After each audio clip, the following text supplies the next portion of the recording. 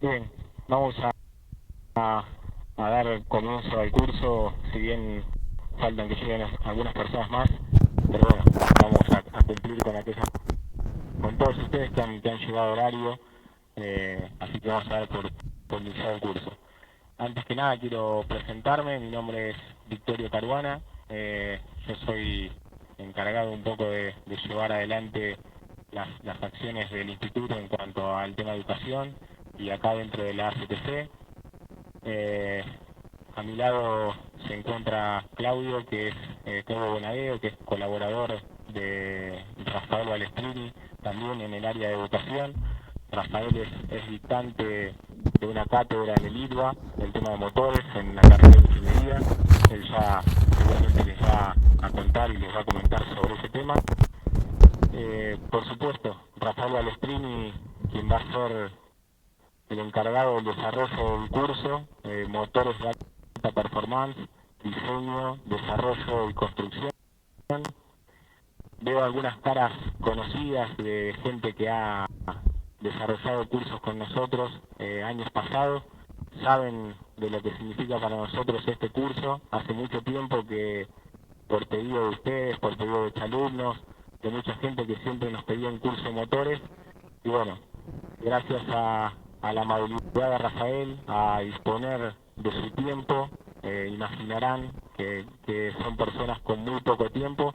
Realmente para nosotros es un gusto, es un agrado que él haya, digamos, se haya predispuesto a desarrollar este curso, que sin lugar a duda, dependiendo de lo que cada uno de ustedes viene a buscar, dependiendo de las edades, las experiencias, etcétera, él les va a poder transmitir toda la experiencia y la capacidad que tiene en el tema de desarrollo de motores.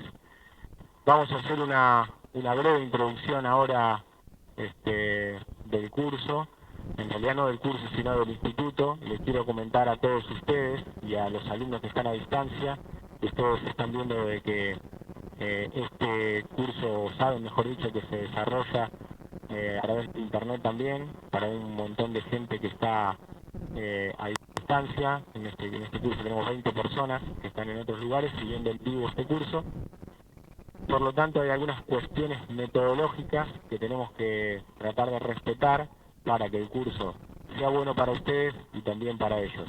Ahora les voy a comentar el tema de las preguntas. Cuando ustedes tienen que hacer una consulta, tienen que esperar de alguna manera que le acerquemos el micrófono para que el resto pueda escuchar también, y viceversa, cuando ellos hacen una pregunta, nosotros la vamos a reproducir para que ustedes escuchen la pregunta y el dictante la pueda responder.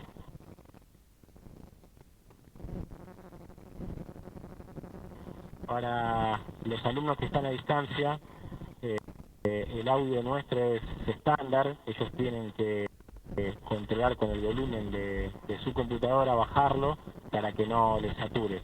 O sea, aquellos alumnos que tienen saturación de audio, lo que tienen que hacer es bajar un poquitito el volumen de su compu para que no les sature.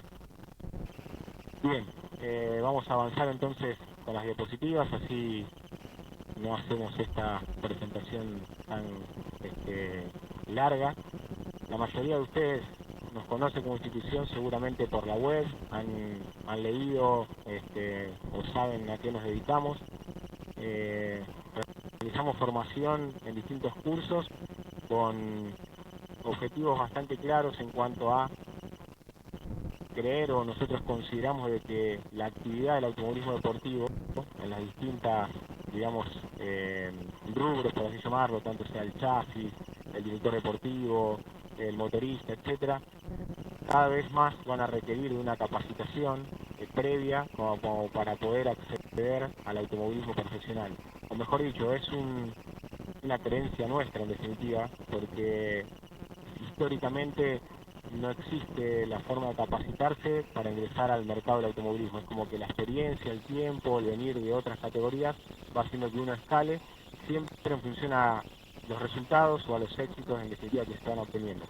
Nosotros un poco lo que estamos haciendo es diciendo, bueno, con una capacitación previa y en un mercado de que cada vez necesita personas ya preparadas, nos parece que esto en definitiva tiene que marcar una diferencia. Y la realidad es que desde el 2006 que comenzamos con esos cursos a la fecha, hay mucha gente que pasó por aquí que ya está insertada laboralmente dentro de equipos de competición en categorías como TC, TC2000, TN. O sea, de alguna manera nos marca que tan equivocados no estábamos y que es un camino a seguir para todos aquellos que se quieren capacitar. Bueno, aquí hay algunos de los cursos que ya hemos desarrollado y que vamos a desarrollar.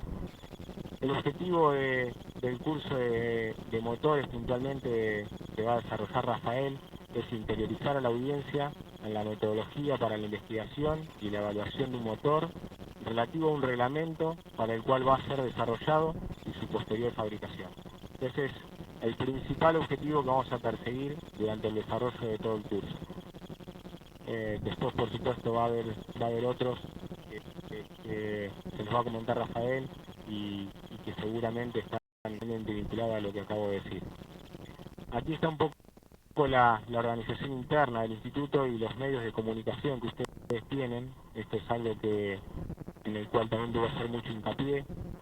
Nosotros siempre vamos a mantener una comunicación con ustedes muy fluida y lo han notado seguramente en todo el proceso de inscripción y hasta incluso en la bienvenida en el día de hoy por email. O sea, para nosotros es importante de que todos ustedes nos dejen una o más de una dirección de email válida, porque ante un cambio de fecha de dictado un curso, cambio de un horario, envío de un trabajo práctico, cualquier cosa que nosotros les querramos comunicar, lo vamos a hacer por esa vía en primera instancia. Luego sí, podemos hacer un llamado telefónico puntual o usar otro medio de contacto, pero el email es lo que más utilizamos para comunicarnos con nuestros alumnos. Por eso es importante que lo chequeen, que estén en permanente contacto con nosotros mediante esta vía, y por eso acá en esta diapositiva le estamos dejando mi contacto de correo electrónico, el contacto de correo electrónico de Roberto Carbone, que es el encargado en todo lo que es coordinación académica. Cuando a ustedes les falta una diapositiva, no pueden acceder a una clase, no pudieron venir a una clase y necesitan la grabación, entonces nosotros les enviamos la grabación para que la puedan ver. Todo ese tipo de cosas, digamos, la comunicación más fluida la hacemos por email. Por supuesto que pueden llamar por teléfono también, y en el horario que está marcado acá va a haber siempre una persona que los va a poder atender. Lo que acabo de decir no es, a ver, lo pasé muy rápido y no es menor como para volvérselos a aclarar. Si ustedes no pueden venir a una clase de forma presencial, como alumnos presenciales tienen dos opciones. Probablemente sí lo puedan hacer desde la casa, entonces lo hacen por videoconferencia, como los alumnos que en este momento están en videoconferencia, y si verdaderamente en este horario no pueden, por fuerza mayor, ni venir, ni estar en su casa conectados, el día posterior, o sea, a partir del jueves, ya pueden solicitar por email la grabación de la clase completa para que ustedes la puedan ver y puedan seguir un hilo de todos los temas que se van desarrollando. O sea, no es que porque no vienen a clase van a perderse lo que se desarrolló en esa clase. Le mandamos un mail con un link donde directamente van a ver tal cual lo que están viendo en este momento, con audio, con video, con absolutamente toda la información, y las horas de clase que se desarrollaron en esa clase que no pudieron venir. Esto mismo que le digo a ustedes es para los alumnos a distancia. Los alumnos a distancia que no pueden acceder a una clase, también ellos pueden ver la grabación. La grabación, como cualquier reproducción, la pueden detener, la pueden pausar, volver para atrás, o sea, pueden ver absolutamente todo lo que desarrolló la clase anterior. Bien, ya hice una breve introducción del dictante, la mayoría de ustedes lo conocen, saben quién es Rafael Baldestrini en el tema de desarrollo, construcción de motores de competición. Después voy a dejar que él por ahí les haga alguna introducción más puntual, o les cuente un poco de su historia vinculada al automovilismo deportivo, que por supuesto es más que rica. Claudio Bonadeo es su ayudante y colaborador en esto, con él también pueden vincular mucha información y estar en contacto. Y bueno, aquí ya comenzaría un poco la charla de Rafael, del día de hoy, de la clase, digamos, número 1, clase inaugural. Siguiendo un poco con el tema metodológico, vamos a tener clases todos los días miércoles. Hay un reglamento que ustedes tienen que nosotros le acabamos de entregar, con una tabla con todas las fechas. Hay un par de miércoles en el medio que ustedes van a ver ahí que están como recesos. Son solamente creo que 4 en todo el desarrollo del curso. Arrancamos a las 18 horas. En algunas clases vamos a tener un corte, en otras clases, dependiendo del tema, vamos a tener 2 cortes. Y bueno, no creo que ya les he comentado básicamente el funcionamiento. Las clases son siempre acá, en este lugar. Y cualquier consulta que tengan para conmigo, me lo ven en el corte, me envían un mail. Estamos siempre a disposición de evacuar cualquier cosa que ustedes nos puedan consultar. Así que bueno, les doy la bienvenida, espero que realmente les saquen todo el fruto posible a este curso y que lo puedan disfrutar. Así que le dejo a Rafael para que comience.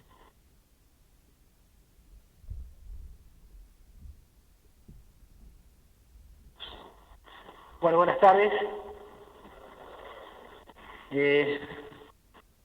Digamos, la introducción va a ser bastante sencilla. Digamos, seguramente nos conocen a través de los años. Nuestro taller ya cumplió más de 70 años en este mundo de las carreras. Primero con mi padre, digamos, y después seguí yo. No hay mucho más, ganamos muchos campeonatos, o sea, en forma parcial o total. Ganamos más de 80 nacionales en nuestro país y ganamos en Europa 5 títulos, uno de ellos mundial de hasta 1.600 centímetros cúbicos con un Alfa Romeo. Eso es todo lo que voy a hablar de lo nuestro, digamos. O sea, vamos a meternos en el tema enseguida.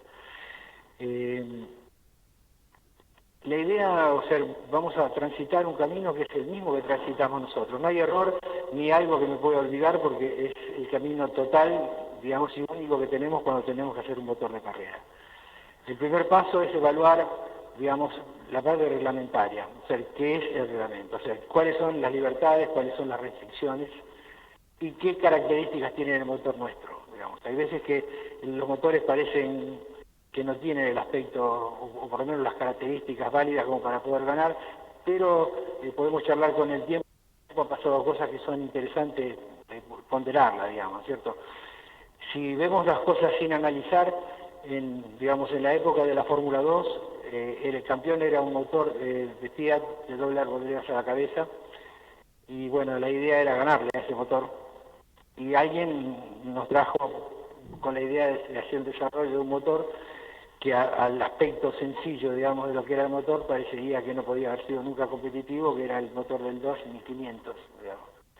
Ese motor no había corrido nunca todavía y hicimos una evaluación sin hacerlo, digamos, y determinamos que el motor podía tener buenas condiciones. Bueno, finalmente se hizo y fue hasta el día de la muerte de la categoría el motor que ganó todos los campeonatos. Así que si el comentario que le hago es el siguiente, si ponemos uno al lado del otro, directamente casi ni lo tendríamos que mirar, porque parece un Ditela, el 2500, con el otro con doble árbol y todo eso. Quiere decir que tenía condiciones que el motor que tenía doble árbol no las podía disponer por un problema físico. Ahí vamos a poner la lupa, digamos, o sea, ¿qué significa el reglamento? ¿Qué significa, digamos, los problemas en el cual cada motor tiene sus particularidades? Vamos a poner un ejemplo. El primer paso sería saber si el reglamento libera, digamos, el régimen de giro. Ese es uno de los primeros puntos. Si está liberado, si está de alguna manera restringido. En el caso de que sea libre, y vamos al caso de ese motor, para darles un ejemplo, el Fiat 125 tenía la imposibilidad de aumentar el diámetro de cilindros porque estaban muy comprimidos, digamos. Entonces, ese motor estaba asignado a trabajar en un régimen determinado y no poder pasar de ahí. El motor del 2500 no, podía tener un diámetro de pistón 6 milímetros mayor, digamos. Esa fue la idea por el cual, como no estaba de ninguna manera restringido ni nada del motor, tomamos esa decisión. Por supuesto, íbamos a 1500 vueltas arriba del otro motor, lo cual significó que sea mejor. Ahora vamos a un punto en cuestión para que todo el mundo interprete. Yo, normalmente, cuando vamos a tratar de hablar desde los cimientos hasta el último piso. O sea, no hablo del quinto piso para adelante para que la mayoría no entienda. No sé qué nivel tiene cada una de la gente que está acá. Las preguntas serían el camino ideal para poder establecerlo, porque cuando me preguntan algo podemos hablar del nivel, pero hay mucha gente que quisiera que interpretara básicamente qué significa. O sea, ¿qué significa? ¿Por qué motivo tuvimos que ir a un motor de girar a 1500 más vueltas más que el otro motor y cuáles serían los beneficios? Y el vicio es, si vamos a una clase de los cimientos. O sea, si un motor, vamos a poner una hipótesis, que tiene 1000 centímetros cúbicos y tiene la potencia máxima a 5000 revoluciones, yo pudiera tenerla a 10.000 revoluciones, el motor tendría el doble de cilindrada con respecto al tiempo. Porque en el mismo tiempo uno hace una admisión y otro hace dos admisiones, ¿no es cierto? Y, por supuesto, dos explosiones, dos escapes. Lo cual, relativo a un tiempo determinado, el motor es del doble de cilindrada. En una palabra, las ventajas que tiene la posibilidad de girar a más régimen, digamos, son fundamentalmente importantes. Por eso los Fórmula 1 giran a 20.000 vueltas o 18.000 vueltas. Justamente fue por ese camino. En el caso de Fórmula 1, después lo vamos a charlar, pero fueron etapas, digamos, que de repente se paró hasta un régimen determinado porque había un problema, se superó ese problema y se empezó a crecer mucho más en el motor.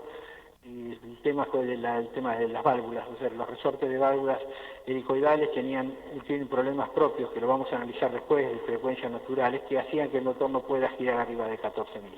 Bueno, cuando se sacó el resorte y se puso un resorte neumático, ese problema desapareció y aparecieron otro tipo de caminos para poder transitar.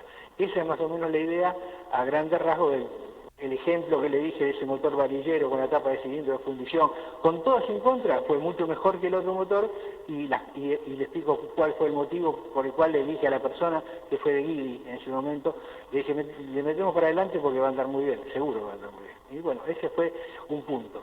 Esta introducción, digamos, que va a ser tal vez tediosa o en algún caso le va a parecer que es bastante elemental, es lo que somos nosotros para arrancar. O sea, agarramos el motor y bueno, ¿qué dice el reglamento? ¿Qué está reglamentado? O sea, el límite de revoluciones existe, no existe, es libre, digamos. Entonces vamos a este punto.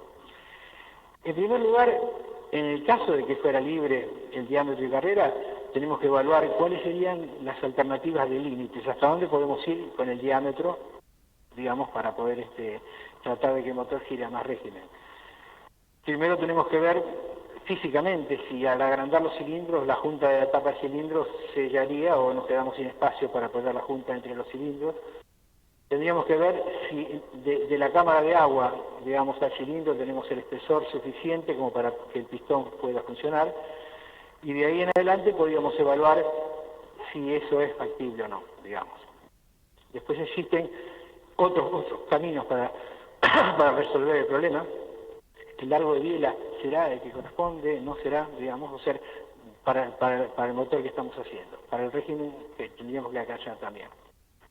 Voy un segundo a una pequeña ayuda de memoria que tengo, si no me olvido de los pasos. Perdón. Bien. Supongamos que tenemos otra alternativa. Ya tenemos el desarrollo hecho de todo el sistema de hasta dónde podemos alcanzar con el diámetro y carrera para poder hacer que el motor tenga una posibilidad de que libremente pueda girar. Pero después empezamos a analizar, ¿la alimentación es libre o está restringida? Digamos, ese es otro de los puntos. Y en ese análisis puede ser de que todo el trabajo que hicimos con el block lo tengamos que tirar, porque si tenemos que trabajar con una brida, es inútil tener que girar a más régimen de giro, porque el motor no va a trabajar a ese régimen de giro y abajo va a ser malo, no va a ser bueno. Entonces tenemos que volver atrás todo otra vez. Pero simplemente le voy enumerando los pasos, digamos, al cual tendríamos que seguir, porque queremos saber mecánicamente hasta dónde va el motor, digamos, el primer paso. Es decir, bueno, si tendríamos que girar a alto régimen, eso estaría bien, digamos. Si tenemos una restricción, empezamos a analizar, vamos para atrás ahora. No hablamos nada del tema y tenemos que estudiar cuál es la restricción que tenemos. O sea, está limitado a los difusores, tenemos una brida, el conducto de la tapa de cilindro no se puede tocar, digamos, porque reglamentariamente no se puede tocar, el diámetro de la válvula tampoco se puede tocar. Bueno, entonces tenemos que evaluar qué tipo de motor hacer. O sea, si la restricción está en el conducto y no lo podemos tocar, tenemos que hacer un motor que trabaje la velocidad de gas del conducto en una zona que es la que tiene que trabajar. Más de eso no puede trabajar. Hay problemas físicos por los cuales no podemos ir más arriba. Entonces, el motor tiene que trabajar en una gama de régimen de giro, digamos, que coincida con la velocidad del conducto, digamos. Ese sería el punto crucial. Si quieren anotando algo, digamos, el conducto tiene que estar entre los 100 y 120 metros por segundo, digamos. Ese margen mucho más adelante, aguas arriba, vamos a analizar por qué no le doy un valor absoluto, digamos, pero sí en esa gama tendría que estar el conducto. Sí, sí salió un poquito. Ah, sí, bueno, va. Bueno.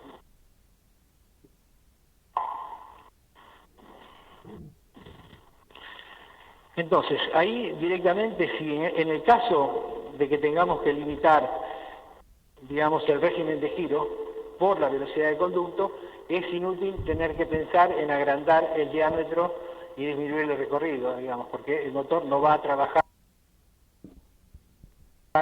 digamos, en esa gama. Otro de los puntos que vamos a llevar hoy, que no hay ningún problema, es aproximadamente los valores máximos de velocidad media del pistón. Si en algún caso ustedes no tienen la fórmula, se le paso yo todo, no hay problema. La velocidad media máxima, la velocidad máxima se tendría que no pasar los 24 metros por segundo. O sea, puede llegar hasta 25 metros por segundo con esfuerzos muy grandes y no sé si va a depender del largo de la biela y un montón de cosas para determinar si es válido, digamos, llegar hasta tan arriba, digamos, ¿cierto? Pero esos serían los valores a los cuales podría alcanzar. Entonces tendríamos que ver, si la admisión es libre, vamos al caso inicial, digamos, donde usaríamos el diámetro del pistón mayor posible, el menor recorrido, y seguíamos sin ningún problema. Pero si no es así, vamos para atrás. Entonces, ¿qué recorrido usaríamos? Usaríamos un recorrido para que la velocidad del gas no supere valores de 120 metros por segundo y la velocidad del pistón coincida de no pasar tampoco los 24 metros. Eso sería un equilibrio bastante interesante, digamos, tanto si hay una restricción como si no lo hubiera, digamos, ¿cierto? Pero hay un montón de alternativas más, digamos, para estudiar todo esto. O sea, va a depender.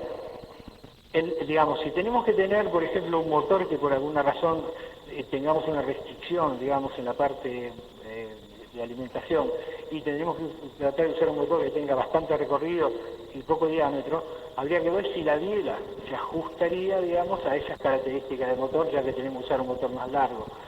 En ese caso, y ya también vamos a llevar un número, digamos, ¿cierto? Vamos a poner, digamos, si tenemos una biela para un motor de 2 válvulas, tendríamos que pensar que tendría que ser 4 veces el radio de cigüeñal, o sea, el radio de la mitad de la carrera, ¿no? O sea, eso sería el ideal medio para un motor de 2 válvulas. Y si tendríamos un 4 válvulas, tendríamos que tener un 3,5. Tendría que ser relativamente más corta que el motor de 2 válvulas. Y también lo vamos a charlar. También va a haber siempre fundamentos para estos números, digamos, ¿no es cierto? Pero eso sale de la experiencia y curiosamente, digamos, tuve la posibilidad de ver motores también desarrollados en el TC2000 por otras personas en el exterior y tampoco ninguno llegó a valores diferentes a estos, digamos, ¿cierto? Porque hay algunas razones que lo imposibilitan en el caso del motor de 4 válvulas. O sea, mejor dicho, tienen pérdidas importantes. ¿Quería decirme algo? No. Conclusiones. Pondríamos la velocidad del pistón en una gama, digamos, adecuada y la velocidad del gas coincidente. Por supuesto, digamos, en la parte libre vamos siempre a ir a un diámetro de carrera, digamos, más favorable para poder girar a más régimen. Sí, perdón. Bueno, el largo de biela es lo que íbamos a hablar ahora y ya está claro, digamos, ¿no es cierto?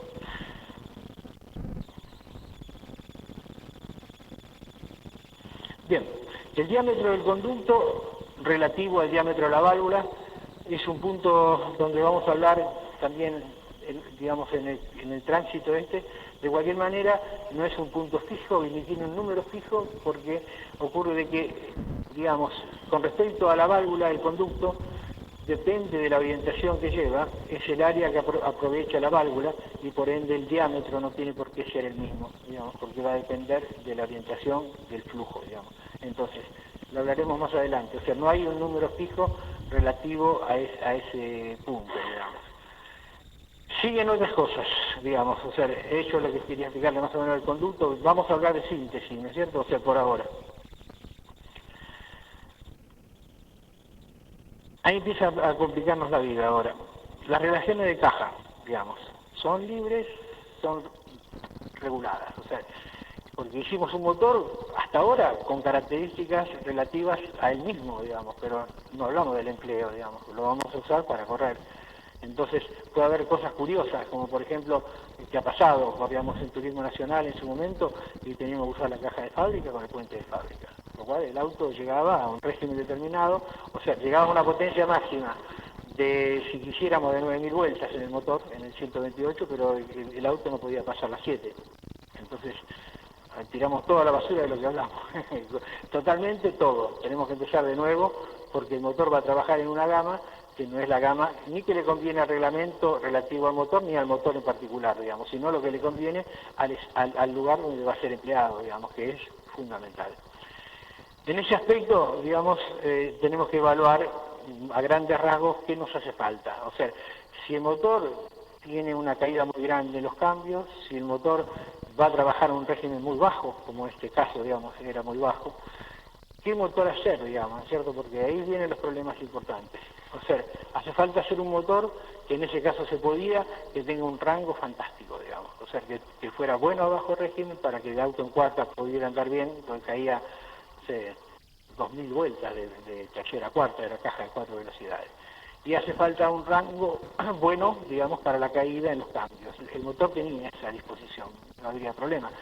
Hay en otros casos que no las tiene, digamos, y hay que trabajar en ese punto y no enamorarse de los caballos que pueda alcanzar, sino enamorarse de un rango utilizable, porque va a ser usado de esa forma. O sea, lo que usa un auto a través de una vuelta es un promedio de la potencia, no usa el valor máximo, digamos, ¿cierto? Y si le pone un montón de cambios al motor, digamos, al valor máximo y muy poca caída, tampoco es una cosa fundamental, digamos, a no ser de que tenga una super caja con el power, con todos los switches, y a veces se pierde tiempo cambiando y a veces tampoco cae bien. Es bueno tener, en este caso particular, tener un rango muy bueno en el motor para usarlo, digamos, que el promedio sea el que corresponde. En una palabra, hasta ahora veníamos haciendo un análisis bastante interesante del motor, pero bueno, ahí hay algo que nos limitó, que fue la parte reglamentaria. Tenemos que correr con un auto con la caja estándar, digamos, y con una transmisión estándar. Y digo todo esto porque obviamente hoy no existen las categorías nacionales, pero sí en nacionales puede haber, digamos, categorías de ese tipo, que el auto tiene que correr con la transmisión original. A veces es difícil, digamos, establecer una norma, digamos. A nosotros nos dio muy buen resultado de repente tener motores que tengan un rango muy alto, digamos, en algunos circuitos, en algunas categorías, y de repente no usábamos la cuarta, porque eran rectas muy cortas, entonces lo usábamos en tercera y tenía un rango bárbaro, el motor tenía una buena aplicación, en total la cuarta no la íbamos a usar. Pero si no hubiésemos tenido que usar la cuarta, ese motor no lo poníamos ni en marcha, digamos, no servía absolutamente para nada. Por eso digo que también está el rubro ingenio de por medio para determinar qué es lo mejor para que el auto pueda dar la vuelta más rápido, digamos. Así, a grandes rasgos, si bien ustedes habrán leído, hay software para el análisis de un montón de cosas, hay formas de calcularlo. Vamos a hablar de las cosas que se puedan entender, digamos, y si son las relativas a la física del motor, digamos, porque eso sí es entendible y discutible, porque se determina por números, no se determina por otro tipo de condiciones. Y esas sí son las que podemos tener en cuenta cuando hacemos el desarrollo de un motor, ver básicamente por qué no podemos ir a más de 24 metros, por qué el conducto anda bien hasta esa gama y fuera de esa gama se escaparía, o para arriba o para abajo, cuál es el motivo, digamos, y ese tipo de cosas las vamos a ver bien sin ningún problema de que sean entendibles. Pero todo eso tal vez no alcance, digamos, y por eso hago hincapié en este preliminar análisis, porque si todo eso está en orden, pero resulta que el auto va a correr en un circuito donde las condiciones no se desarrollan como se imaginaba, no sirve. En una palabra, también hace falta la persona que conozca mucho en las carreras y saber básicamente cuál es la necesidad que tiene el auto para poder mejorarlo, digamos, ¿no es cierto? Tiene que tener años trabajando, tiene que estar junto con la persona en el chasis, porque hay muchas cosas que de repente juegan, son familiares, digamos, ¿no es cierto? En la puesta a punto del chasis con respecto al motor que se usaría. Y ese punto, que es el que estamos hablando hoy, le pondría en hincapié y un fuerte interés, digamos, al margen de lo que se va a estudiar. El auto, la Fórmula 1 o la categoría que fuere, digamos, todos los años son mejores, no son No es que el año pasado se había hecho un motor y este año no puede ser uno mejor, siempre es superable. No es superable, como muchos se imaginan, exclusivamente por la incorporación de materiales de alto nivel o cosas por el estilo, porque, digamos, en el caso de ellos, primero que están de alguna manera regulados algunos materiales, y en el segundo lugar, hace rato que existen, digamos, tampoco es una cosa que todos los años aparezcan cosas que sean tan extraordinarias. El pistón es de aluminio, digamos, de un aluminio especial, pero es de aluminio, la biela está hecha de titanio, el titanio se conoce cuál es, tampoco es ninguna magia, y así sucesivamente. ¿Qué cambió? Digamos, cambia exclusivamente la posibilidad de que cada persona o que cada grupo de personas coincidan con el camino de hacer algo que pueda ser mejor, digamos, esa es la realidad. Eso no está escrito, desgraciadamente, o sea, eso se llama imaginación, digamos, eso se llama talento, digamos, en fin, eso es lo que hace falta para de alguna manera lograr mejorar lo existente por algo nuevo o algo de repente no conocido. Yo a veces hago un ejemplo para alguna persona que no sabe nada de este mundo, ¿no? Le hago la hipótesis, suponete que me convocaran para hacer el diseño del motor de la Ferrari de Fórmula 1. Y cuando llego a ver el motor nunca fue escrito en ningún lado, ni de dónde sacaron para hacerlo, ni qué hicieron para hacerlo y que llegue a ese resultado. Y bueno, me voy a encontrar con algo que no tengo nada escrito, yo tampoco, digamos, como ellos tampoco lo tuvieran, digamos, y hay que usar la imaginación, digamos, para encontrar el camino para poder hacerlo mejor, o si no, volverse a casa, digamos. En un center no hay repuesto para comprar y ponerlos ahí adentro para que sirva para ganar. Esa es la realidad.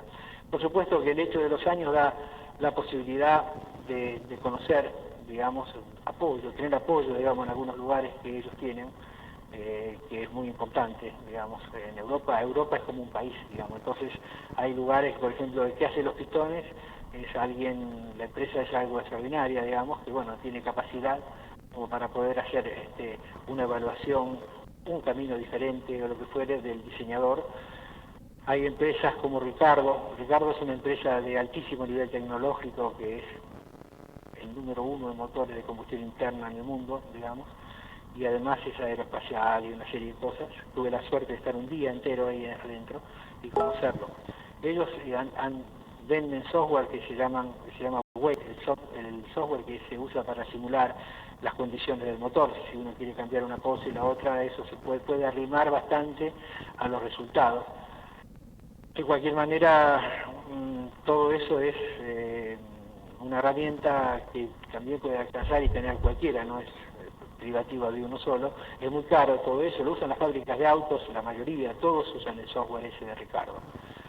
Y Ricardo es una compañía que suena raro el nombre, me parece que empezó ayer, pero cuando estuve en Inglaterra había un tanque en la puerta y le pregunté qué hacía, y me dijo, lo inventamos nosotros. El primer tanque de guerra en la Primera Guerra Mundial fue desarrollado hecho por nosotros. O sea, cuando conocí la biblioteca que tenían, son palabras mayores en serio. Y ellos hacen parte del motor de la Ferrari, de Fórmula 1, como ser, por ejemplo, la simulación del tren de Baldwin, es patrimonio de ellos, el desarrollo de toda esa simulación. Por eso digo, ellos tienen la posibilidad de tener apoyo. También eso es parte del capital de cada uno, digamos, saber dónde tocar el timbre, porque obviamente uno llega a un nivel determinado y bueno, si uno no es especialista en algo, bueno, hay que tocar el timbre donde haya los mejores, digamos, ¿cierto? Ese sería el camino. Por ejemplo, Ferrari puede hacer unos autos fantásticos y los motores también, pero los pistones son que usa son de Male. Male hace 60 años que hace pistones, entonces evidentemente hacer algo que sea mejor que ellos va a ser una cosa que no es tan sencilla, digamos. Ese es más o menos a grandes rasgos la estrategia, digamos, para también hacer un motor, ¿no? O sea, evaluar de alguna manera quiénes son las personas que en cada caso determinado pueden llegar a hacer cosas que uno no tenga los recursos para poder hacer. Nuestro país está bastante lejos de Europa, por suerte, digamos, y por desgracia tuvimos la alternativa de arreglarnos solos muchas veces y aprender, digamos, de alguna forma, el camino adecuado, digamos, para poder hacerlo. Nuestra gente ha tenido éxito allá, hemos tenido tanto Scalabrini como Rilland, que fueron dos argentinos que se destacaron en la Fórmula 1, ambos, así que bueno, sirvió nuestro automovilismo, digamos, ¿no es cierto? Y sirve realmente porque yo estuve trabajando en Europa y la verdad que un automovilismo como el nuestro no tiene muchos países de Europa, digamos, en realidad.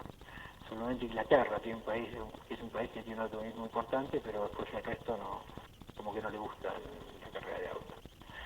Así que bueno, a grandes rasgos, digamos, seguimos un cachitito con el resto. O sea, estábamos con el tema de que hay un límite para el desarrollo del motor, está dado por una cosa totalmente fuera del motor, fuera del reglamento, es la transmisión, digamos.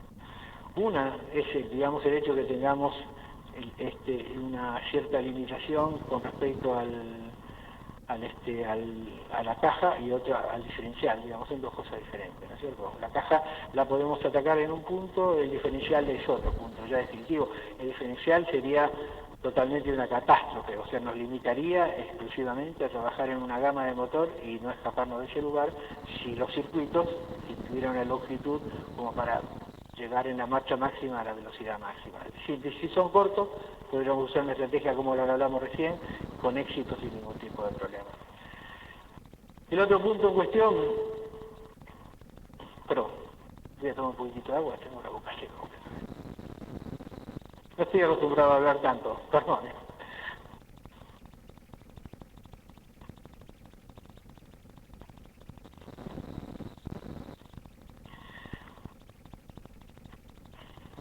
Bueno,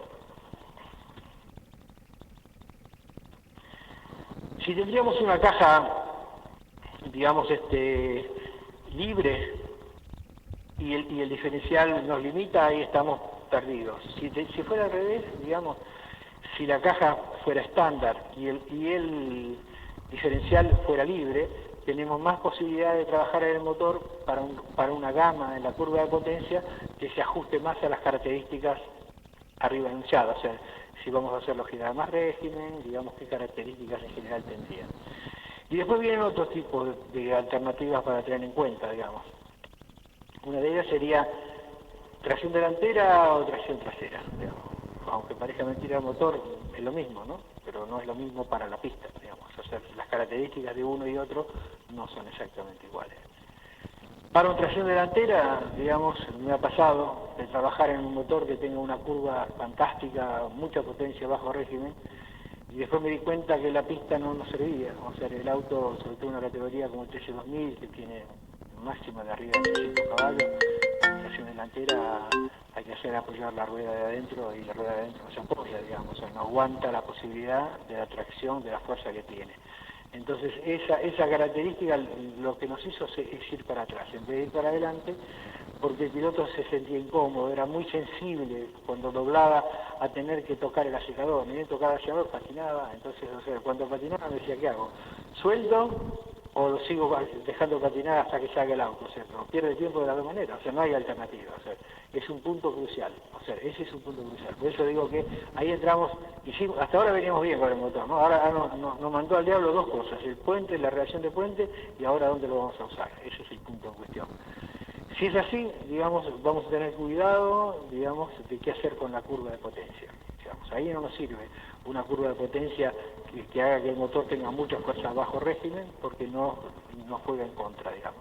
Pero sí nos hace falta una curva larga, digamos, aunque no tenga a bajo régimen, para ser utilizada. O sea, uno de los problemas típicos de repente cuando se toca eso es que el motor va en una gama determinada y va muerto, y de repente agarra de golpe la potencia, y eso para el piloto o para el auto es una catástrofe, digamos, o sea, no lo puede llevar.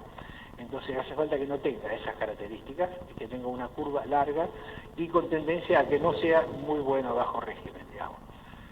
Si fuera tracción trasera, el problema se minimizaría, digamos, porque el tracción trasera por naturaleza tiene menos problemas de ese tipo, dependiendo qué gomas tendría, qué potencia tendría, ¿no es cierto? Porque también depende de qué le ponemos, digamos, ponemos un motor de 600 caballos y sigue teniendo el mismo problema que la tracción delantera, digamos. Pero bueno, en general, la tracción trasera, por problemas físicos, atiende a minimizar estos problemas.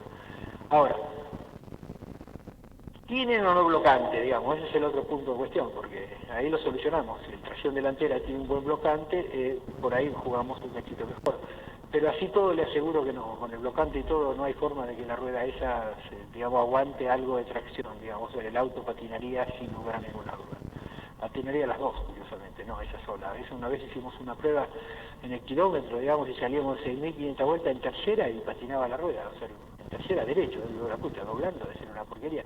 Ahí me di cuenta básicamente de que estábamos equivocados, digamos, que ese camino no iba mal el auto, ganamos con ese auto, pero en algunos circuitos nos complicaba muchísimo, digamos, ese problema, ¿no? Tal es así que justamente con el equipo de Canapino, con Crucetti, que no sé si lo conoce alguno de ustedes, bueno, él le puede contar, nos dedicamos a sacarle potencia a bajo régimen, porque era el único camino que teníamos para que el auto pudiera traccionar, digamos, poder doblar. O sea, es complicado un auto que acelera tanto, porque si la gama en la curva, depende de la calle, la gama en la curva de potencia es corta, porque si bueno, está bien, lo acelero, pero cuando tenés poco resulta largo el auto, porque viste, el auto acelerás y haces 4 metros y tenés que cambiar, entonces tenés que poner una marcha que es más larga, entonces tendría que poner una marcha más larga todavía, digamos, ¿cierto? Que ese sería el camino que corresponde.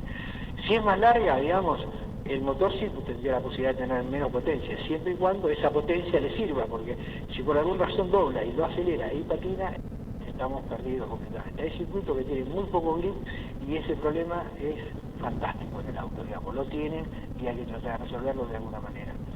En una palabra, el motor juega un papel no solamente por él mismo, sino por el uso, digamos, o sea, ¿dónde lo vamos a usar? Eso es fundamental, o sea, si tendríamos que usarlo para las picadas sería una cosa, si tendríamos que usarlo en estas características cambiaría sustancialmente, digamos. Entonces, yo haría en esta fase que es de la introducción un tiempo suficiente para poder analizar, digamos, específicamente este tipo de problemas, porque el auto, digamos, tiene que servir para ganar o tiene que servir para ser competitivo. Bueno, de ser así, tiene que pasar por todos estos lugares sin errores, digamos, ¿cierto? No podemos hacer un motor que tenga, por alguna razón, suponete que vamos a trabajar un motor que te entusiasma, ¿viste? O sea, pones el motor y va al altísimo régimen, fantástico, no sé cuántos caballos tenés. Bueno, sirve, digamos, ¿dónde lo vamos a usar, digamos? O sea, es libre, no es libre, hacer lo que hablamos antes. Es todo, para mi criterio, una alternativa de análisis previo, digamos, o sea, antes nos paramos y analizamos todos los puntos en cuestión. El otro punto en cuestión es hacer todo un sistema virtual de este estudio, digamos, para saber para ver cómo encuadra este motor dentro de la categoría. Puede pasar, como me pasó alguna vez, que Fiat me convocó para hacer un auto de turismo nacional hace muchos años, y hice una evaluación y dije que no, y él no lo podía creer, tenía la plata, tenía todo, y pero lo vamos a hacer si sirve para ganar. Si no sirve para ganar, porque el reglamento limita en algunos casos, si no sirve, evidentemente no le conviene a usted y a mí menos tampoco, ¿viste? Y esa fue más o menos la idea. Entonces, si hacemos una evaluación previa, digamos, de todo esto, vamos a sacar alguna conclusión interesante. En primer lugar, digamos, cuando veamos el reglamento, tenemos las posibilidades, digamos, que son fundamentadas para poder charlar con la gente que dirige una categoría. Es decir, bueno, así no nos sirve. Tenemos esta limitación en este lado, esta otra limitación en este otro lado, y la gente, hasta tus adversarios o quien fueran tus competidores, van a entender que lo que está diciendo no es mentira. O sea, es fundamental. O sea, poder hacer una evaluación previa es fundamental, porque si no tenés que gastarte el tiempo, los años de poner a punto y todo eso para que después no sirva para nada. O sea, no puede andar lejos de estos parámetros a los cuales pusimos al comienzo. Y después evaluar y discutir con la parte reglamentaria. Cuando se hizo el TC2000 tuve participación en el reglamento anterior, no en este monomotor, sino en los otros autos, fuimos 2 personas, fue Berta y yo, digamos, que hicimos el reglamento. Y el reglamento se hizo con un montón de cosas para que todas las marcas puedan competir. Por ejemplo, el diámetro de carrera era libre del motor, lo cual si por alguna razón hoy los autos de serie son todos largos de recorrido por un problema de contaminación, por un problema de rendimiento, digamos rendimiento térmico, y hace que, digamos, si uno se fue demasiado por el diámetro de carrera largo y el motor no podría girar al régimen como corresponde, bueno, ¿qué alternativa tenemos para esa persona? Entonces le permitimos aumentar el diámetro del cilindro, digamos, cortar el recorrido, digamos, un recorrido menor, la longitud de la vida libre, para ajustar, digamos, todo ese tipo de características. De cualquier manera, cada uno de ustedes tiene que conocer con claridad, digamos, cuáles son los problemas y presentarlos con el fundamento correspondiente. Yo creo que para cualquier categoría lo que hace falta es que sea competitiva y que haya muchos autos, digamos. Si empieza a limitar las marcas que no se ajustan, sería un error. Normalmente sí tiene que estar hecho por gente que conozca, obvio. No puede estar hecho por gente que no tenga idea de cómo entender todo este tipo de cosas. Los otros reglamentos, que de repente hay ideas innovadoras de hacer categorías monomarcas o monomotores o todo eso, vamos a ver por el transcurrir del tiempo qué resultados va a tener. De cualquier forma, la historia dice que esas categorías nunca llegaron a un destino muy importante, digamos, ¿no es cierto? Y el automovilismo se nutre de un montón de alternativas que hace que esa idea no sea buena, digamos, así a grandes rasgos. ¿Por qué? Porque el piloto o el equipo, de alguna manera, digamos, si no tiene resultados, puede ver al sponsor y decirle que va a cambiar al motorista porque el motorista no es bueno por otro, digamos, o el chasista, digamos, uno por el otro. Y ese mundo es el automovilismo. ¿Por qué? Porque esa persona tiene esperanza, digamos, el sponsor tiene esperanza, la gente que aprieta la tuerca tiene esperanza, pero en una categoría donde no se puede tocar nada, no hay esperanza, digamos. O sea, hay uno que anda más rápido, gana todos los domingos, los demás andan segundo, tercero, cuarto, dependiendo de su capacidad. No se trata el automovilismo de una categoría para medir solamente al piloto. Del mundo del automovilismo vive mucha gente, digamos, y esa gente vivió toda la vida de repente de una profesión, y no por eso, digamos, no, porque si esa profesión no sirve, estamos de acuerdo, pero hasta ahora no se dio nunca una categoría de ese tipo que sirviera, digamos, de alguna forma para que sea exitosa, por ese motivo. Porque de repente hay alguien que por alguna razón no maneja igual que otro, digamos, pero sí conoce dónde tocar el timbre para hacer un auto que sea mejor, pero si el reglamento no se lo permite, ese señor se tiene que ir a su casa, digamos. Ese sería a grandes rasgos, es lo que digo como que no puede andar. Cuando se han hecho los reglamentos se han discutido entre todos, digamos, como es por ejemplo acá en esta casa, de alguna forma se busca la vuelta para que los autos puedan competir. O sea, es tan difícil establecer que el motor sea igual, porque si es igual el motor, el chasis no es igual, la carrocería no es igual, el coeficiente aerodinámico no es igual, no hay ningún auto igual al otro. Entonces es difícil. Cuanto más unifiquemos y hagamos que cada una de las partes sea igual al otro auto, como hay un montón de cosas que no son iguales, evidentemente uno va a tener más ventaja que otros. Ese sería el punto en cuestión. Este primer paso que estamos dando es exclusivamente para el análisis de lo que nos trae, digamos, traen un motor o hay una posibilidad o lo que fuere, vamos a analizar antes de arrancar y hacer unos números con el tiempo necesario para saber si esto sirve realmente como para poder correr, como para poder competir. Son todos los pasos, diría, a morir, o sea, la parte mecánica hay que analizarla para saber cuáles son los alcances, porque si mañana por alguna razón dice, bueno, espera, este auto tiene esta limitación, bueno, vamos a darle, digamos, una limitación diferente y para que pueda generar más régimen, y bueno, va a generar más régimen si puede, digamos. Entonces hay que tener ya los deberes hechos para saber si el motor va a poder generar más régimen sin ningún tipo de problema. Bueno, vemos cómo seguirá la cosa, como un poquito de agua.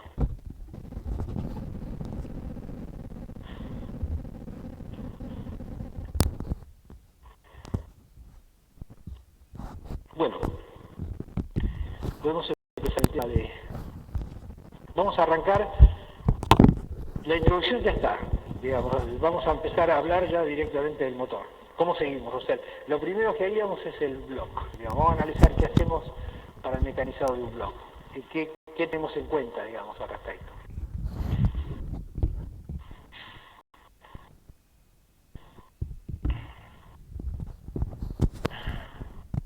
Ese es un tornillo, digamos, de la tapa de cilindro. O sea, vamos a evaluar, voy a dar a los pasos que son típicos pasos ¿no es cierto? Vamos a evaluar la calidad de la rosca, digamos, qué motivo, digamos, ahora después vamos a ir más adelante, que sería la rugosidad y la perpendicularidad. O sea, la rosca esa es perpendicular a la base, seguro, digamos, o no, digamos, hay algún defecto determinado, o la rugosidad si está bien o está mal, digamos, también. Seguimos adelante. Vamos a dejar un espacio de seguridad entre la profundidad del tornillo y el fin de la rosca, digamos, porque ahí no está anotado el valor, no sé por qué.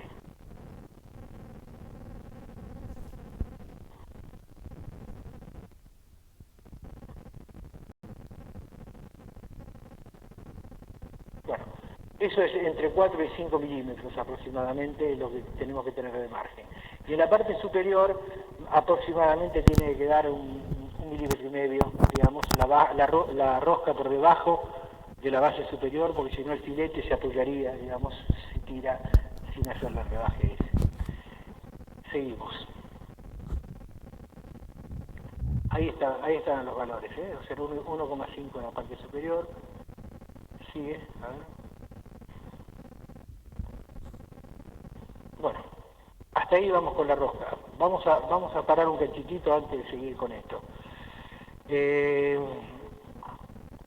La rosca, digamos, tiene importancia porque nosotros vamos a ajustar después el bloque, la tapa de cilindros, vamos a mecanizarlo, digamos, y qué calidad tendrá esa rosca para poder asegurarnos de que la deformación que va a tener el bloque es una constante o va a ser variable, si la rosca es mejor o peor, digamos, ¿no es cierto? Entonces, como vamos a poner una placa después para deformarlo, que lo vamos a ver, vamos a ir enumerando y viendo detalles de cada una de las cosas. Por ejemplo, los tornillos, también la calidad de la rosca, digamos, la perpendicularidad de la rosca, la perpendicularidad del plano, del apoyo con respecto al eje del tornillo, digamos, son todas cosas que afectan, y la rugosidad del plano, tanto de la arandela como del tornillo, que afectan al torque. Vamos a poner un ejemplo. Si vamos a poner un bloque, que lo vamos a ver más adelante, tenemos que analizar qué torque darle, digamos, ¿cierto? Entonces, ¿qué pasa? Si está lubricado, va a tener el mismo torque, pero la fuerza no es la misma, porque lubricado, digamos, tiene una fricción mucho menor que si está bien seco. Entonces, el esfuerzo y la deformación que va a tener el bloque va a ser diferente. Entonces, no tenemos que jugar con eso. Si lo vamos a lubricar, cuando lo armamos el motor, si tenemos esa norma, tendríamos que lubricarlo cuando hacemos el bloque, de la misma manera, para que tenga el torque equivalente, digamos. Ese sería un punto bastante interesante. Aunque parezcan cosas que son muy elementales, a nosotros ese tipo de cosas nos dieron muy buen resultado. O sea, el torque es variable, digamos, del tornillo, aunque en el torquímetro sea igual, si la tuerca, si el tornillo está lubricado, si la rosca tiene una calidad relativa a otra calidad, varía el torque, digamos, o sea, varía la fuerza, la tensión que hace el tornillo y el torque es el mismo, digamos, porque le da hasta el valor determinado. Vamos a seguir más adelante con eso que lo vamos a mirar con la lupa, esos problemas. El paralelismo de la base del bloque con respecto al eje del cigüeñal. Bueno, parecería bastante obvio, pero en general no lo es, digamos. La mayoría toma en cuenta digamos, la medida del plano inferior del bloque con respecto al plano superior del bloque. Entonces, si tenemos esa característica, es probable de que nos equivoquemos, porque el plano inferior del bloque puede no ser paralelo al eje de cigüeñal, entonces estamos cometiendo un error importante. Tenemos que medir el paralelismo relativo al eje de cigüeñal, normalizar la base superior con respecto a ese eje y dejarla ya totalmente enorme, porque se supone que el cigüeñal tiene el mismo recorrido cada uno de los cilindros, digamos, la misma longitud de biela, y de esta manera puedo tener todas las bielas iguales, todos los pistones iguales, y el motor me dé la relación de compresión. Si eso no es paralelo, digamos, no lo vamos a poder lograr nunca, digamos. Entonces tenemos que medir relativo al eje, no al plano inferior, digamos, que son dos cosas diferentes.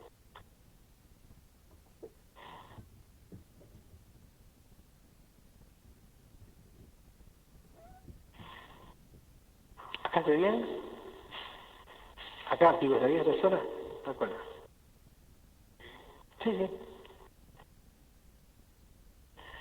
Este es otro punto muy importante, o sea, la perpendicularidad del eje de los cilindros con respecto al eje cigüeñal.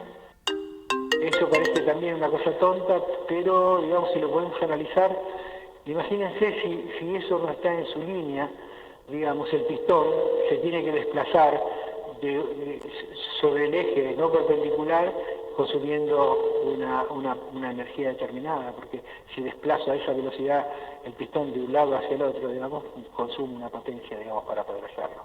Por eso tiene que ser perfecto ese eje. Que nuevamente hay que saber cómo medirlo también, porque si lo hacemos relativo siempre a la base inferior del bloque, de la base inferior del bloque nos tendremos que olvidar totalmente. todo esto es relativo al eje cigüeñal. O sea, esta perpendicularidad es muy importante, tenemos que analizarla, tenemos que asegurarnos de que esté bien, digamos. No es norma de que esté bien, no tiene por qué ser originalmente o hecha porque fuere bien.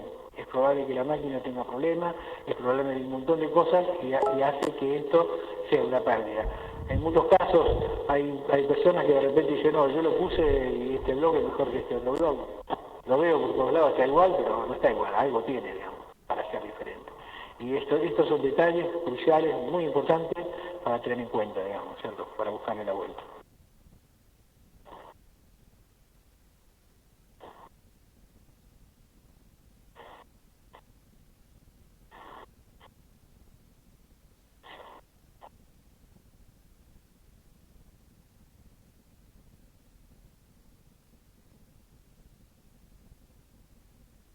Bueno, ahora tenemos el dibujo de un eje.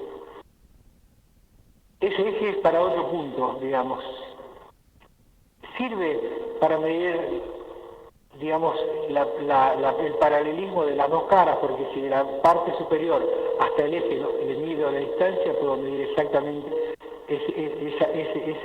esa perpendicularidad, digamos, ¿cierto? Esa calidad.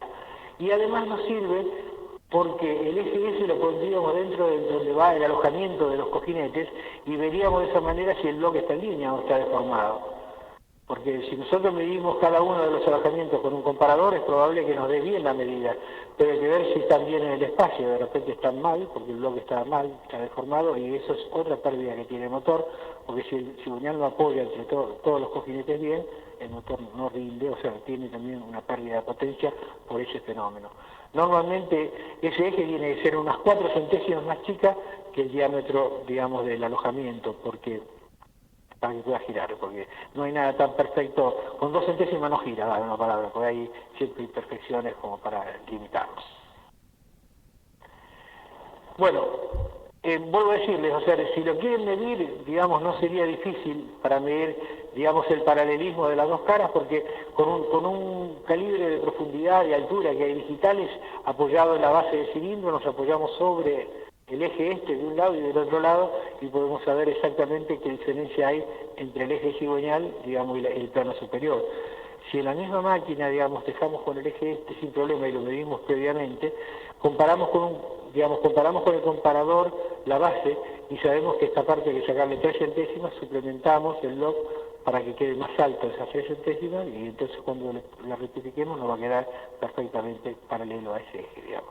Es un punto en cuestión de orden y eso habría que hacerlo en todos los motores que se haga para asegurarse de que le queden todo bien, los pistones en cada uno de ellos, o sea, ahí, de esa manera, si tomamos el cuidado, digamos, nosotros lo hacemos, o sea, si tomamos el cuidado de medir la distancia de la base hasta el eje, viene un motor nuevo, nosotros lo ajustamos y le sacamos un par de décimas por las dudas, y todos los motores que tenemos van a esa altura.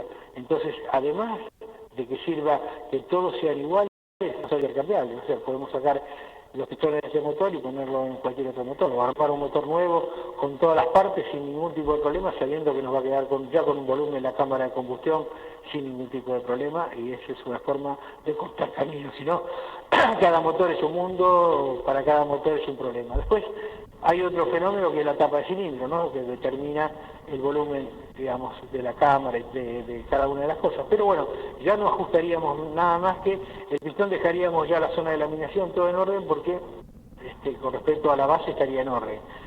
Usaríamos otra parte del pistón para regular el volumen. Mientras tanto el pistón va a tener la misma longitud, va a ser exactamente igual, podemos tener pistones de stock, digamos, sin ningún tipo de problema, siempre y cuando nos cuidemos de que esto esté hecho bien, digamos, que esté hecho así.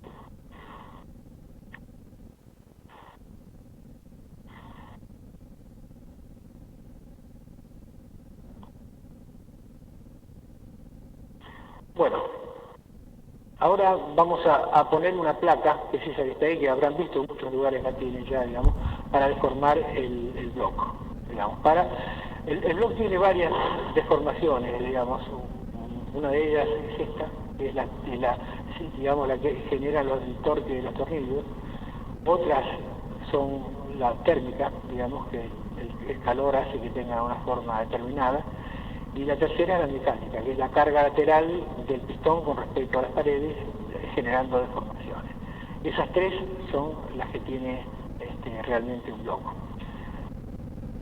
Podemos simular esta. La térmica es un mundo curioso porque el motor, el gradiente de temperatura que tiene es complejo porque digamos, se produce la expansión en una zona sola del cilindro y es un gradiente, no es un valor constante de la temperatura. Entonces, lo único que vamos a hacer ahora en este caso es poder ajustar exclusivamente la deformación inducida por los tornillos de la tapa de cilindro. Y ahora vamos a hacer este análisis, digamos, ¿cómo hacerlo? Porque ese es un punto crucial, muy interesante. Si nosotros ponemos esa placa, que no está especificada la longitud para nada, nunca lo dice, digamos, es más, las que tenemos son de diferente altura, dependiendo de la conveniencia de la parte que tendríamos para poder hacerla. Digamos, sí.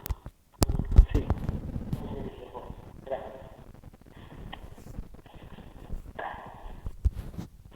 ¿Puede ser la consulta de Rafael ahora? Sí, por supuesto. Bueno. El espesor, ¿no? ¿No varía por el largo del bulón? Bueno, no te escuché. Otra vez. El espesor de la... vamos a decir, el suplemento... Sí. Sí, sí. ¿No varía por el largo del bulón de la tapa de cilindro? No, sí, el bulón usaríamos nada más como referencia la profundidad. O sea, ponemos una tapa de cilindro y veríamos cuánto accede el bulón, digamos, hacia abajo. Y lo único que tomaríamos en cuenta acá es lo mismo, o sea, que acceda precisamente lo mismo. Ese es uno de los puntos. Accede el bulón más largo. Sí, no usa el mismo bulón, es un bulón determinado. Pero si yo pongo, vamos a decir, al ser el suplemento, cuando más largo es, más deformación tendré.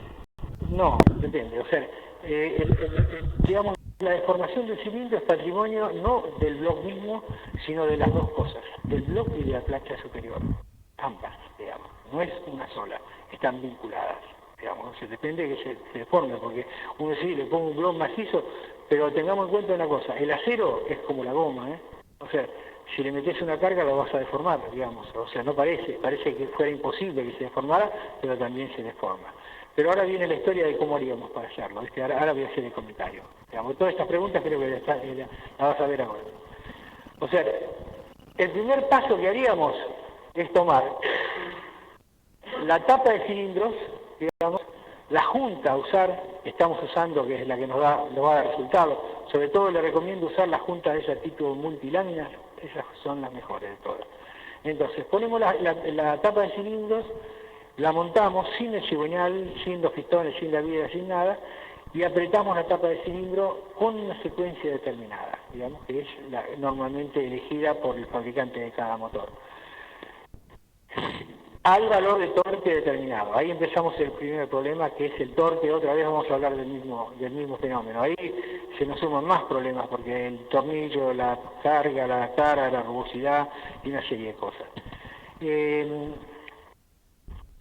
Ahora vamos a hacer la hipótesis del torque. Vamos a usar un torque que usaríamos en el motor con el tornillo lubricado, con la arandela lubricada, que le recomendaría hacerlo así, igual, de la misma manera, y en la secuencia determinada apretaríamos esa placa al bloque, digamos. Ahí está. La diferencia que pueda tener una placa más gruesa o una placa más fina, lo solucionamos de esta manera ahora. Medimos el bloque de la parte inferior. Hacemos una exploración del bloque de cada unos 15 grados aproximadamente, longitudinalmente, hasta descubrir dónde se deforma. Normalmente lo hace en las zonas adyacentes a donde está el tornillo, digamos, ¿cierto? Que es lo que se le está deformando. Y veríamos cuánto se deforma. Digamos, 2 centésimas, 1 centésima y media, 3 centésimas, digamos, y, digamos, de ahí en adelante haríamos una exploración de cada uno de los cilindros, digamos, por curiosidad, digamos, con todo el tiempo necesario, en medio día, si fuera necesario, que lo hemos gastado. Y tomamos todas las medidas y la zona de deformación de cuánto, ponderamos cuánto sería. Y ahí ponemos la placa, digamos, y le ponemos la misma junta, y le ponemos tornillos que accedan a la misma longitud, digamos, y ahí vamos a empezar a apretar la tapa hasta llegar a los mismos valores de deformación. no a usar el mismo torque, porque justamente como la estructura es diferente de una tapa a una placa maciza, si le damos el mismo torque no se va a deformar igual, porque la deformación es patrimonio de las dos, no de una sola. Digamos, la tapa tiene sus problemas, nosotros apretamos la tapa de cilindro, es hueca, de aluminio, se deforma de una manera determinada y hace que el bloque, digamos, cuando tirás los tornillos, no sea tan rígido como una placa de esa, digamos, y genere otro tipo de deformación. Es la placa superior, en la parte superior del bloque, digamos, y por ende en los cilindros.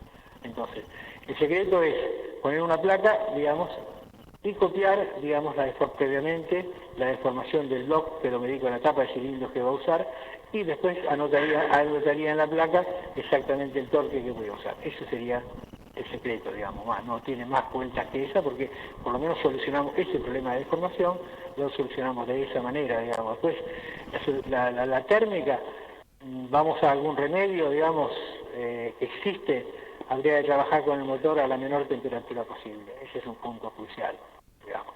No en un auto estándar, pero en un auto de carrera las temperaturas deben ser bajas, digamos. Lo vemos en el dinamómetro, si alguno de ustedes probó alguna vez, se va a dar cuenta que en el dinamómetro, cuando bajamos la temperatura, el motor tiene más potencia, digamos, o sea, es mejor, sí, o sea, tiene la posibilidad de que se deforme el cilindro menos, digamos, o sea, tiene un montón de cosas mejores. Entonces, con respecto a ese punto, que vamos a charlar en otro momento, estamos dando la introducción, seguía el camino adecuado. Con respecto a la carga lateral, a las deformaciones inducidas por el valor de carga lateral en el cilindro, vamos a hablar del tema, pero a grandes rasgos el valor absoluto de esa carga está determinado por la presión de la expansión y por la longitud de la biela. No hay otra variable y no la podemos tocar. Ahí no podemos hacer de que tenga menos carga. Tiene que tener ese valor porque es el resultante de lo que hicimos en el motor, digamos. Bueno, ¿cómo seguimos ahora?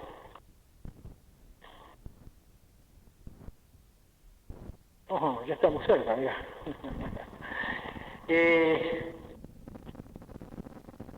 Estamos con el tema del bloque, digamos, ¿no es cierto? Eso ya lo hemos hablado, creo, ¿no es cierto? Nos tendríamos que pasar a otro lugar, ¿eh? Porque curiosamente ya no usé esto, digamos.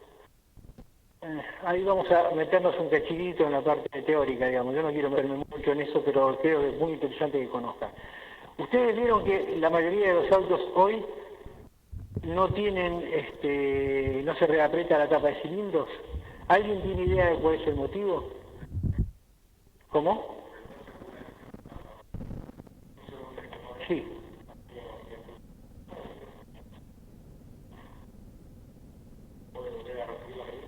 Sí. Si alguien sabe por qué motivo no se reapretan las tapas de cilindros, digamos. Generalmente los motores nuevos están rectangulares, porque sí, porque claro. En realidad no estás lejos, digamos, pero no es así, precisamente. O sea, no es ese motivo. Porque vos le puedes dar un torque angular equivalente al torque normal, digamos, ¿no es cierto? Suponete que lleva 8 kilos y vos podés llegar con el angular a un valor equivalente a 8 kilos. ¿Y qué cambia? Si la fuerza, la tensión que está haciendo el burón es la misma.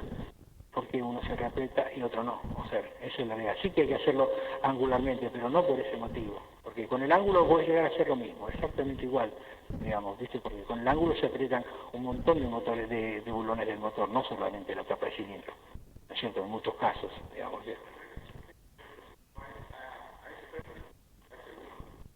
¿Cómo? Perdón. Claro, no, pero yo te voy a explicar qué pasa con el perpendicular. O sea, cuando vos le das un torque determinado a un bulón, digamos, el bulón trabaja digamos, como un valor de tensión. En esa gráfica que vemos ahí, tenemos expresado la tensión y la deformación. O sea, o sea, tantos kilos, tanto se deforma, digamos. Entonces, hay digamos, en el mundo de las características del acero, tenemos el límite elástico, que es esa recta totalmente plana, ¿no es cierto?, que la vemos crecer. Eso sería el límite elástico hasta el punto 3, digamos, que limita la fluencia inferior límite proporcional 1, bueno, hasta el punto 3, digamos, a ver si lo veo bien, no, hasta el 1, está mal escrito. Hasta el punto 1, ves que es totalmente, creí que era un 3, está mal escrito. Hasta el punto 1, que es totalmente vertical, eso es límite elástico. ¿Qué significa, digamos, el límite elástico? Significa que vuelve al mismo sitio. O sea, es lo mismo que vos dobles un eje, digamos, a un punto determinado y que vuelva a ese lugar. Si lo pasás de ese punto ya no vuelve a ese lugar, ¿no es cierto? Entonces, el límite elástico, que esa recta, se denomina ley de Hooke, digamos, y es una alternativa que tiene una deformación elástica y no plástica, digamos. ¿No es cierto? Es elástica. Dentro de esa forma de la deformación elástica se apretaban las tapas de cilindro, todos los motores. Entonces, con el torque, no con el ángulo, con el torque y con el ángulo, vamos por empezar, es lo mismo. Es lo mismo en el sentido de hasta dónde llego yo con los valores de tensión. Digamos, ¿por qué? Porque con el torque es menos preciso, pero suponete, yo llego con el ángulo a tantos grados que es equivalente a un torque determinado. Por ejemplo, yo pongo un torquímetro y le pongo el ángulo abajo y arriba le pongo un torquímetro y le doy hasta que llegue a 6 kilos. 6 kilos, ¿cuántos grados son? Son 40 grados, por decirte algo. Entonces, 40 grados son 6 kilos. Y ahí queda. Suponete que el bulón queda dentro de ese límite que es denominado el límite elástico, digamos, ¿no es cierto? La junta cede. Suponete que cede 2 décimas, 3 décimas, que ese es el problema. Y en ese límite elástico varía cualquier cantidad la carga en 2 décimas. ¿No es cierto? Se cae para abajo y perdió tensión. Se quedó el tornillo de la tapa de cilindro con menos carga. Digamos, ese es el problema. Entonces, ahí los materiales, los aceros muy buenos tienen ese límite plástico muy bajo, muy corto, digamos. Pero los aceros menos importantes, digamos, los aceros comunes, digamos, tienen la posibilidad de tener ese límite bastante mayor. Eso se llama deformación plástica. El bulón no vuelve a su origen más. No está tratando en la deformación elástica. Pero ¿qué logra? Logra tener una meseta, digamos, donde el valor de carga, que mismo te das cuenta cuando lo apretás, cuando llega al valor angular determinada, hace la misma fuerza. O sea, en una palabra, llega a un valor de tensión determinada y después la mantiene, como la ves ahí, no sigue creciendo la tensión, sigue deformándose, pero sin aumentar la tensión. Entonces tiene almacenado, digamos, un valor importante de tensión sin variar la longitud. O sea, varía la longitud, no importa, tiene la misma fuerza. No es como la otra recta, que si varía la longitud pierdo la carga totalmente. ¿Entendés? Ese es el motivo por el cual no se reapretan los bulones de la tapa de cilindro. O sea, por ese motivo tampoco los bulones se pueden volver a usar, porque ya se deformaron, digamos, y no servirían para volver a usarlo. Ese es el punto, un ejemplo que le estoy dando de cómo hacerlo. Sí, hay que hacerlo angularmente, porque si vos lo haces con un torque, llegaría al límite que empieza a aparecer la parte esa de la meseta y no tenés más control, porque siempre tiene el mismo torque. Ves que no sube, se mantiene, no sigue subiendo el valor de tensión. Digamos, entonces no podría. La única forma de apretarlo es con un angular. Sí es cierto que decimos que se aprieta con la angular, pero por esta razón se aprieta con la angular. ¿Entendés? Para que el bulón tenga un remanente de carga constante, o sea, una constante de carga. O sea, en la parte elástica es variable la carga, como un resorte, digamos. O sea, tiene un valor de carga, varía la distancia, varía la carga cualquier cantidad. El otro no, el otro tiene una posibilidad de variar la distancia y mantener el mismo valor de carga. En una palabra, la junta de la tapa de cilindro, la deformación o la parte térmica no es una constante, calienta más de un lado que del otro, cuando calienta la tapa comprime más la junta de la tapa de cilindro, digamos. Entonces de repente los bulones no están afectados todos a la misma condición.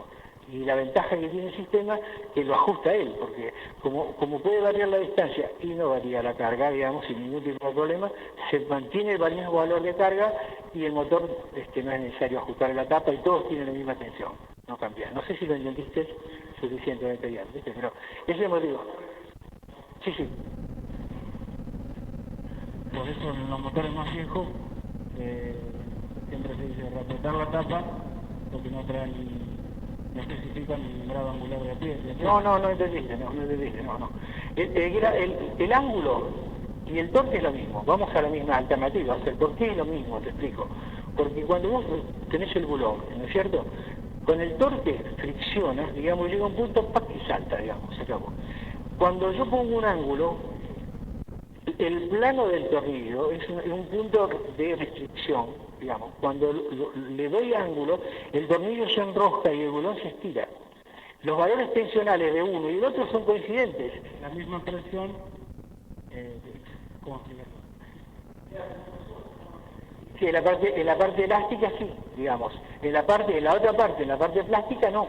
Ahí no queda más como resorte. Ahí se mantiene a un mismo valor de carga durante un determinado deformación. O sea, se deforma, pero sin variar la carga. En cambio, la parte elástica se deforma variando la carga. Está parado así, ¿eh? La línea esa línea es totalmente, casi vertical totalmente, digamos.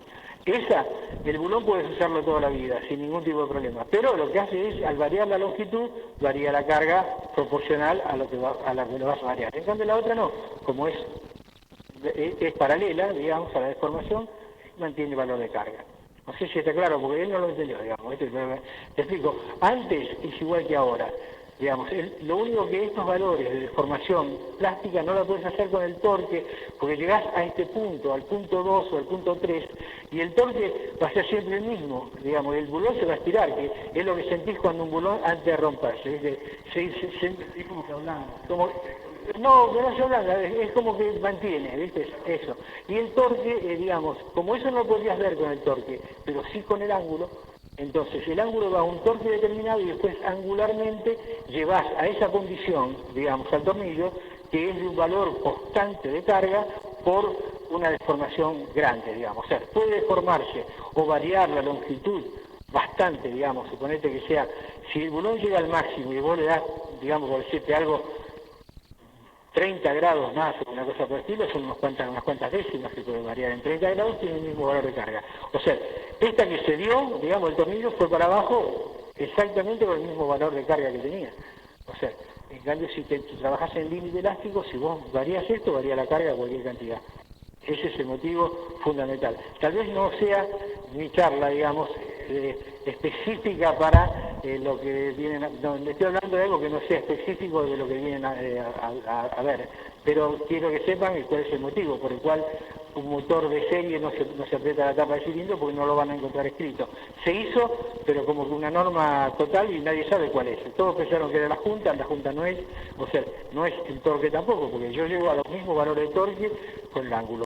Y es lo mismo, o sea, no cambia nada. Vuelvo al pasado, uso los tornillos de antes, le doy tanto ángulo, trabajan los dos en el límite elástico y va a ceder la junta de la tapa de cilindro y me voy a quedar sin carga, se va a aflojar el tornillo de la misma manera.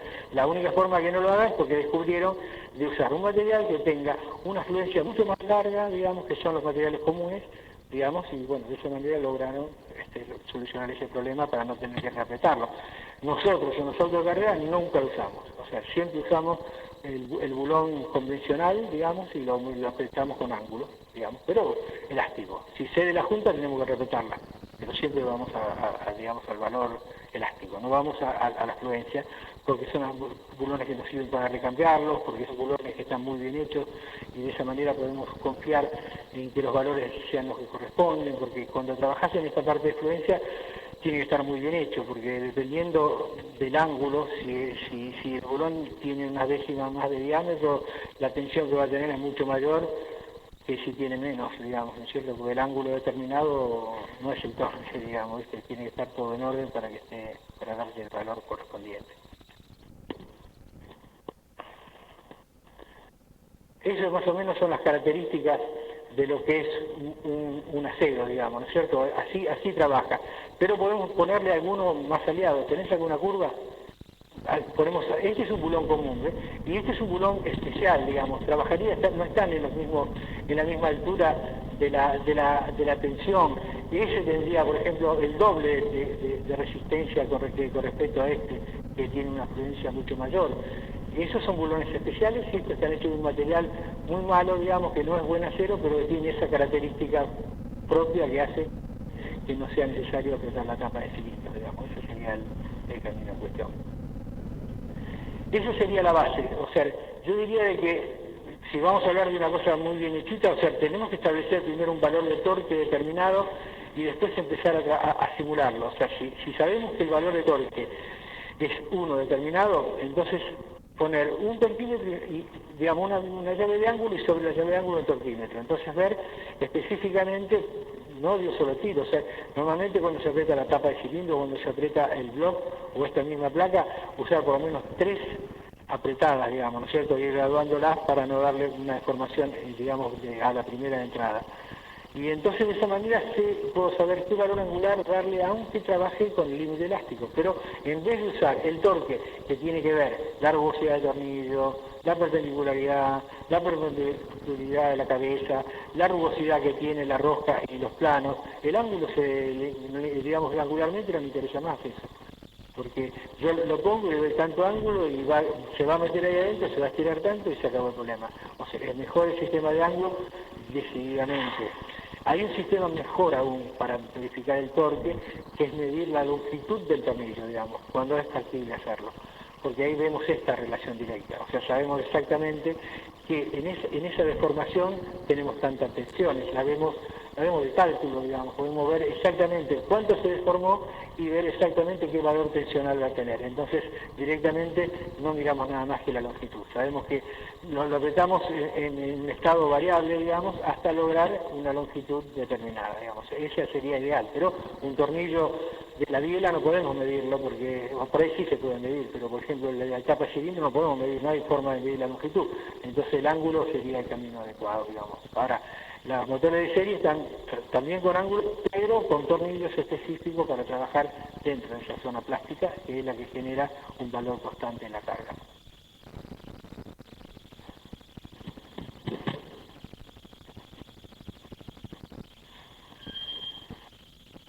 Bueno, paramos y ver eso. Bien, vamos a hacer un cortecito de 20 minutos, así.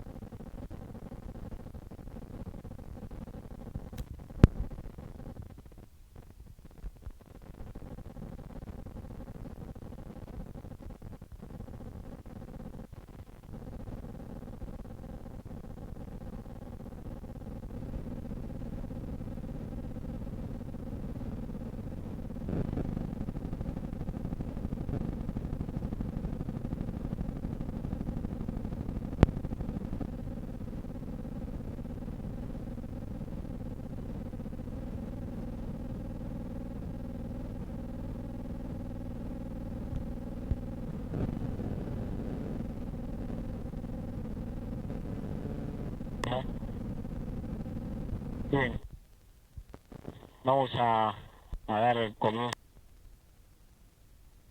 al curso, si bien faltan que lleguen algunas personas más, pero bueno, vamos a cumplir con todos ustedes que han llegado horario, así que vamos a dar por iniciado el curso.